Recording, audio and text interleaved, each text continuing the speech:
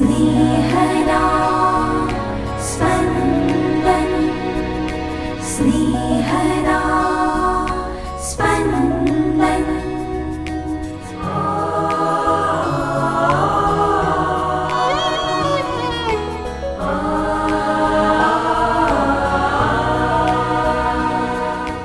સામાન્ય કાર્ડનો બીજો રવિવાર. આપણે આપણી અને અન્યની જરૂરિયાતો માટે માંગણી કરતા રહીએ. પ્રભુ એ માંગણી અવશ્ય પૂરી કરશે જ. માંગણી પૂરી કરવાનો સમય પ્રભુ નક્કી કરે છે. આપણે ધીરજ કેળવવાની છે. સાંભળીએ સંત યોહાનકૃત શુભ સંદેશ અધ્યાય 2 કડી 1-12. 2 દિવસ પછી ગાલિલમાં આવેલા કાના ગામે લગ્ન હતા. ઈસુના મા ત્યાં હતા. ઈસુને અને તેમના શિષ્યોને પણ લગ્નમાં નોતર્યા હતા. ત્યાં દ્રાક્ષાસવ ખૂટી ગયો એટલે ઈસુના માએ ઈસુને કહ્યું, એ લોકો પાસે હવે દ્રાક્ષાસવ નથી. ત્યારે ઈસુએ તેમને કહ્યું, બાઈ, તારે ને મારે શું? હજી મારો સમય પાક્યો નથી. તેમના માએ નોકરોને કહ્યું, એ કહે તેમ કરજો. હવે યહૂદીઓની રીત પ્રમાણે દેહ શુદ્ધિ માટે પાણી ભરવાની 2-3 મણ પાણીમાં જાય એવી પથ્થરની 6 કોઠીઓ ત્યાં પડેલી હતી. ઈસુએ નોકરોને કહ્યું, આ કોઠીઓ પાણીથી ભરી કાઢો. એટલે તેમણે છલોછલ ભરી કાઢી. ઈસુએ તેમને કહ્યું, હવે એમાંથી થોડું કાઢીને ભોજનના વ્યવસ્થાપક પાસે લઈ જાઓ. એટલે તેઓ લઈ ગયા. વ્યવસ્થાપકે હવે દ્રાક્ષાસવ બની ગયેલું પાણી ચાખી જોયું. જોકે જે નોકરો એ પાણી કાઢી લાવ્યા હતા તેઓ જાણતા હતા કે એ ક્યાંથી આવ્યું છે, પણ વ્યવસ્થાપકને એની ખબર નહોતી. એટલે વ્યવસ્થાપકે વરરાજાને બોલાવીને કહ્યું, સૌ કોઈ સારો દ્રાક્ષાસવ પહેલો પીરસે છે અને બધા ધરાઈને પી લે, ત્યાર પછી હલકો દ્રાક્ષાસવ કાઢે છે, પણ તે તો અત્યાર સુધી સારો દ્રાક્ષાસવ રાખી મૂક્યો છે. ઈસુએ આ પહેલો પરચો ગાલિલમાં આવેલા કાના ગામે કરી બતાવીને પોતાનો મહિમા પ્રગટ કર્યો અને એમના શિષ્યોને એમના ઉપર શ્રદ્ધા બેઠી. એ પછી ઈસુ પોતાના મા, ભાઈઓ અને શિષ્યોની સાથે કફરનહૂમ ગયા, પણ ઝાઝા દિવસ ત્યાં રહ્યા નહીં. स्नेहदा स्पन्दन स्पन्दन। કાના ગામે લગ્ન પ્રસંગે પાણીનો દ્રાક્ષાસવ. આ ચમત્કારથી આપણે બધા ખૂબ જ પરિચિત છીએ. અબ્રાહમને જે શ્રદ્ધા હતી કે પ્રભુ પૂરું પાડશે, એ શ્રદ્ધાની પુષ્ટિ કરતો આ ચમત્કાર છે. આ ચમત્કારને આપણી ભૌતિક જરૂરિયાતોના સંદર્ભમાં અથવા આધ્યાત્મિક જરૂરિયાતોના સંદર્ભમાં સમજી શકાય. કાના ગામે તો ઈસુ વરરાજાની ભૌતિક જરૂરિયાતો પૂરી કરી, પણ પોતાના શિષ્યોની તો આધ્યાત્મિક જરૂરિયાત પૂરી કરી. વરરાજાને તો ઉત્તમ કોટીનો વિપુલ પ્રમાણમાં દ્રાક્ષાસવ મળ્યો. શિષ્યોને તો ઈસુ પર શ્રદ્ધા બેઠી. સારું થયું કે વરરાજાએ પોતાના લગ્ન પ્રસંગે મા મરિયમને આમંત્રણ આપ્યું. મા મરિયમે આખી બાજી સંભાળી લીધી. હવે એક પ્રથા છે કે ઘરના લગ્ન પ્રસંગે પહેલી કંકોત્રી મા મરિયમને લખાય છે. મા મરિયમની હાજરી આપણને નિશ્ચિંત બનાવી દેશે. દરેક બાળકનો અનુભવ છે કે એક વખત મમ્મી આવીને બાજુમાં સૂઈ ગઈને એટલે બાળકને એકદમ નિરાંત થઈ જાય. સારું થયું કે શિષ્યો ઈસુ સાથે લગ્નમાં આવ્યા. શિષ્યો હાજર હતા ત્યારે તેઓ ચમત્કારના સાક્ષી બની શક્યા. તેઓ ચમત્કારના સાક્ષી બન્યા એટલે તેઓને શ્રદ્ધા બેઠી. આપણે માઠા પ્રસંગે કોઈ પરિવારમાં જવાનું ટાળતા નથી, પણ સારા પ્રસંગોએ જેવા કે જન્મદિવસ, સંસ્કાર દિવસ, સગાઈ દિવસ, લગ્ન દિવસ, વિદાય દિવસ કોઈક પરિવારમાં જવાનું ટાળીએ છીએ. આનંદના પ્રસંગમાં પણ આપણી શ્રદ્ધામાં વિકાસની તક મળી શકે. આખા ચમત્કારમાં ક્યાંય દલીલબાજી નથી. મા મરિયમ ઈસુને જાણ કરે છે કે તેઓ પાસે દ્રાક્ષાસવ નથી. ઈસુ જાણ કરે છે કે એમનો સમય થયો નથી. મા મરિયમ દલીલ કર્યા વગર નોકરોને કહે છે કે એ કહે તેમ કરજો. ઈસુ નોકરોને કોઠીઓ ભરવાનું કહે છે. નોકરો કોઠીઓ ભરી દે છે. ઈસુ નોકરોને થોડું પાણી વ્યવસ્થાપક પાસે લઈ જવાનું કહે છે.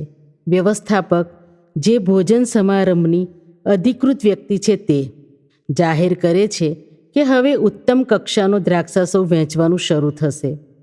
આપણી મુશ્કેલીમાં, બીમારીમાં મા મરિયમના રૂપમાં, ઈસુના રૂપમાં કેટલીક વ્યક્તિઓ આવશે.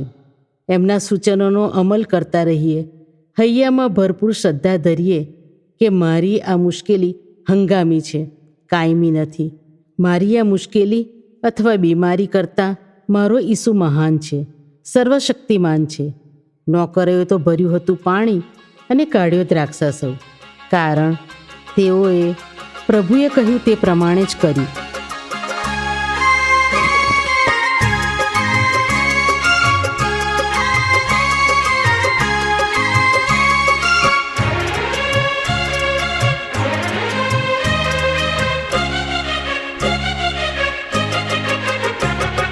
કાના ગામે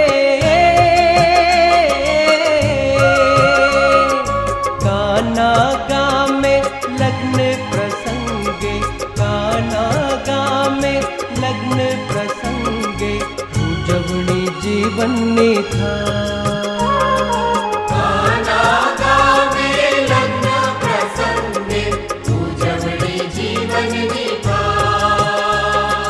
હરખે હરખે મુખડા મલકે, હરખે હરખે મુખડા મલકે ઝૂલતો મંડપ સોહાર,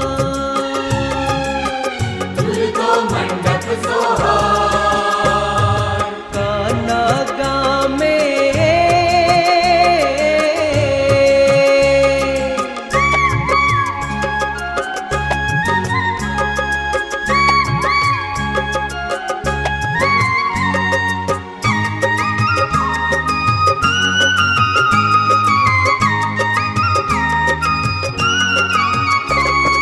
મરિયમનો લાડલો, યોસેફનો વાહલો શિષ્યો સંગે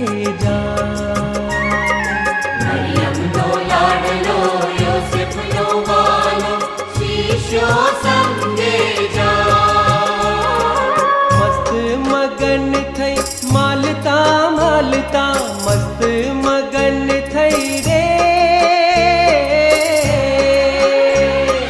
મસ્ત મગન થઈ માલતા માલતા સ્વજનો ભેળા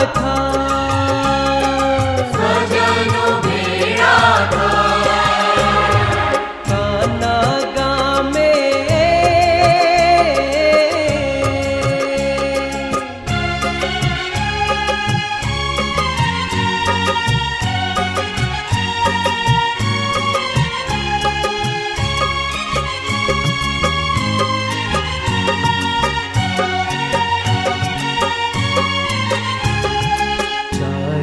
કોર આનંદ આનંદ સુર મીઠા રહેલા,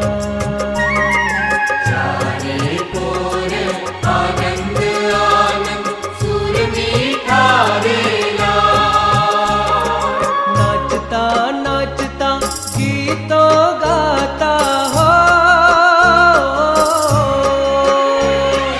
નાચતા નાચતા ગીતો ગાતા સુંદર લગ્ન લેવા,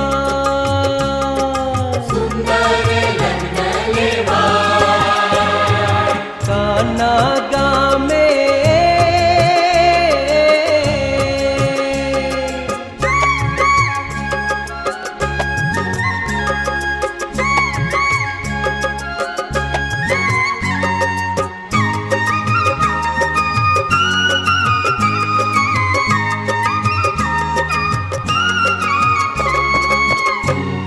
ટાણે આ સબ ખૂટ્યો, માળીનું મનડું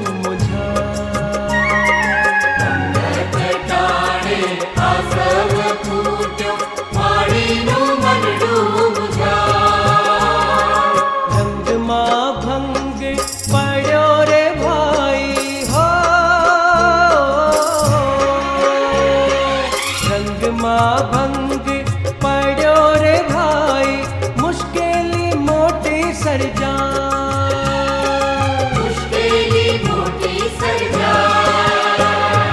કાના ગામે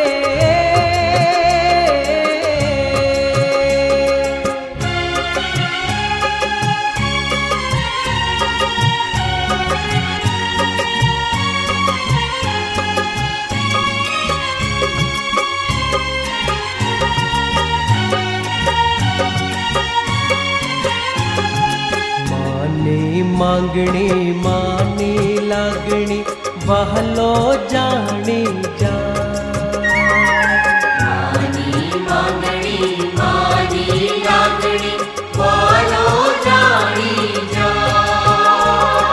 સમય પાકતા સુણી વિનંતી રે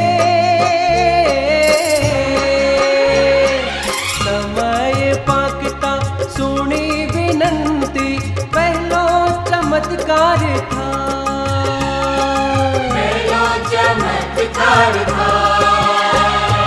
કાના ગામે કાના ગામે લગ્ન પ્રસંગે